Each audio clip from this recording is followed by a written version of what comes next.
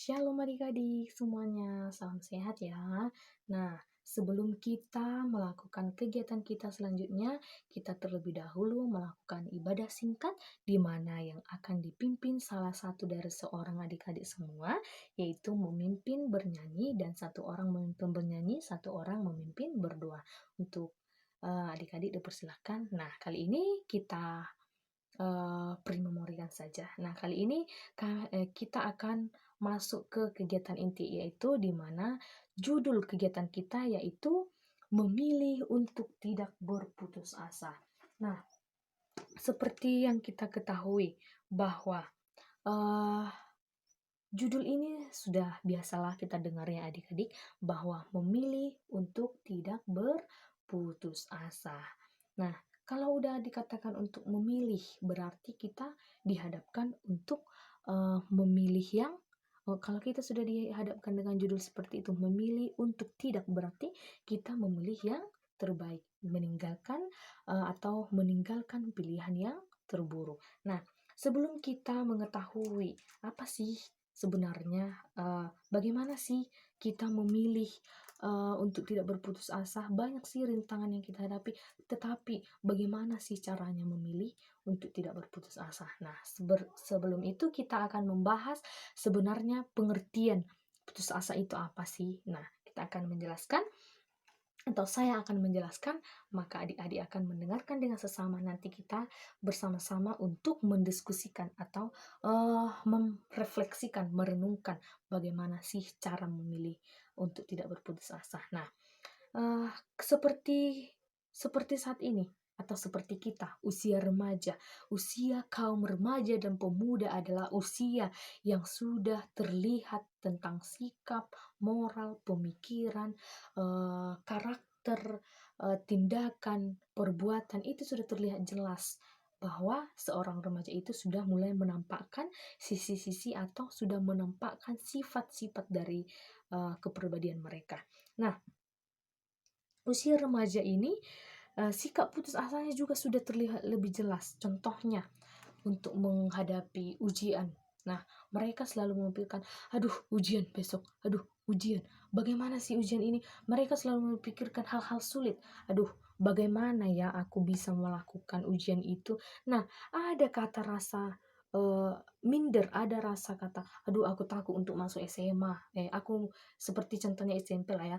Aku takut untuk masuk SMA. Bagaimana otakku bisa menerima pelajaran? Nah, mereka mau langsung memikirkan hal-hal itu. Bahkan sekarang usia remaja juga sudah banyak memikirkan hal-hal di luar nalar, yaitu contohnya apa? Bunuh diri, melakukan kegiatan-kegiatan kegiatan-kegiatan tawuran-tawuran bebas, pergaulan-pergaulan bebas. Sudah banyak usia remaja saat ini. Tetapi kita sebagai orang Kristen seharusnya sebagai seorang pengikut Kristus tidak boleh gampang dipengaruhi oleh beberapa faktor. Banyak faktor yang mempengaruhi kita, tetapi kita sebagai orang Kristen tidak bisa gampang, tidak bisa mudah terpengaruh oleh faktor tersebut. Nah, seperti halnya juga putus asa itu berasal seperti yang kita ketahui, putus asa itu menurut Kamus Besar Bahasa Indonesia yaitu hilang harapan, putus harapan. Nah, banyak sekarang usia-usia remaja yang selalu memikirkan bagaimana aku ke depannya ya, bagaimana sih nanti aku ke depannya. Banyak remaja saat ini. Tetapi melalui pembahasan kita, melalui pembelajaran kita mengenai topik ini, kita bisa memilih bagaimana sih bagaimana sih cara-cara kita untuk tidak berputus asa. Nah, satu sebagai pendukung kita untuk tidak berputus asa yaitu Alkitab ini. Alkitab adalah satu pendukung kita, satu yang terbesar hal yang bisa kita lakukan melalui membaca Alkitab. Ini adalah hal yang harus kita lakukan.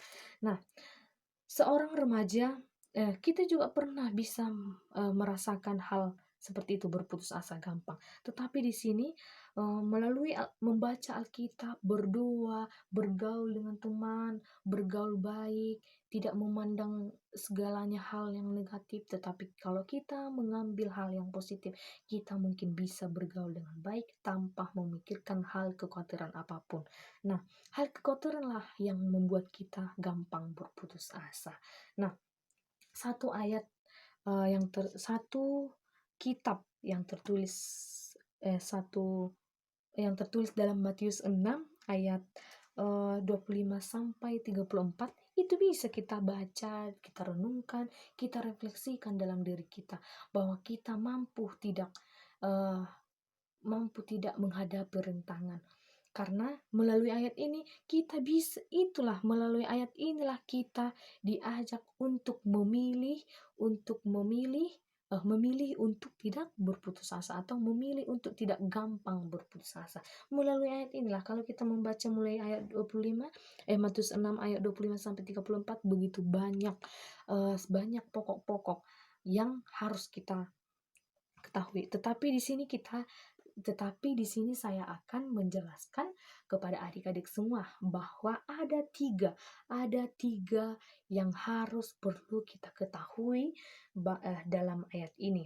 Yaitu yang pertama, bahwa kita tidak perlu khawatir untuk makan, minum, dan pakaian, karena hal itu sebagai hal yang terpenting dalam hidup kita. Karena seperti ayat 26, karena itu aku berkata kepadamu, kata Tuhan, janganlah khawatir akan hidupmu, akan makan dan minum, dan akan pakaian yang kamu kenakan dalam tubuhmu. Karena seperti contohnya, Tuhan memberi contohnya ayat 26. Pandanglah burung-burung yang tidak pernah menabur, yang tidak pernah menuai, tidak mengumpulkan bekal, tetapi mereka diberikan makan oleh Bapamu di sorga. Apalagi dengan kita. Nah, seperti ini. Bukankah kamu jauh melebihi burung-burung itu? Itu maksudnya, bukankah kita sebagai umat Allah, bukankah kita jauh lebih penting atau jauh lebih berharga diberikan Tuhan? Burung aja diberi Tuhan makan, apalagi dengan kita.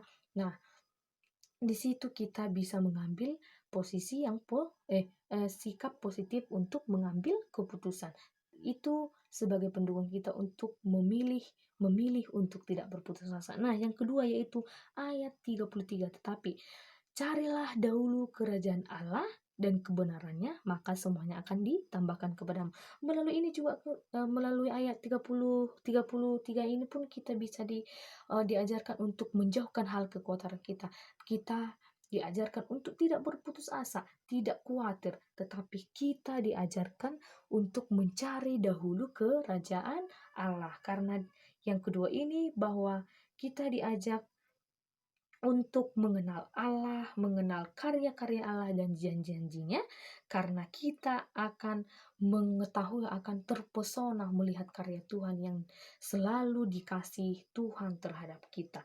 Maka kekhawatiran kita, kekhawatiran kita, hal berputus asa kita juga hilang begitu saja kalau kita mengenal atau mencari kerajaan Allah terlebih dahulu. Nah, yang ketiga yaitu pesan Tuhan Yesus dalam nats ini untuk kita memilih untuk tidak berputus asa, yaitu ayat 34, yaitu janganlah kamu khawatir akan harimu besok. Nah, ayat yang terakhir ini atau hal yang ketiga ini lebih jauh bisa kita rasakan. Karena ini jangan khawatir akan hari besok, karena hari besok mempunyai kesusahannya sendiri. Jangan pernah memikirkan hal-hal di luar nalar kita, tetapi kita bisa memikirkan hal yang bisa mampu kita jalani. Nah, itulah 3 hal yang perlu kita ketahui, bahwa memilih untuk tidak berputus asa ada 3 hal yang harus kita ketahui, yaitu dari Matius 6 ayat 25 sampai 34. Maka melalui ketiga itu kita bisa mengetahui hal berputus asa itu bisa kita jauhi kalau kita tetap mengandalkan Tuhan dalam hidup kita. Jangan pernah kita mengandalkan diri kita sendiri atau mengandalkan kekuatan diri kita sendiri untuk menghadapi rintangan yang kita hadapi. Memilih yang terbaik lagi dalam hidup kita.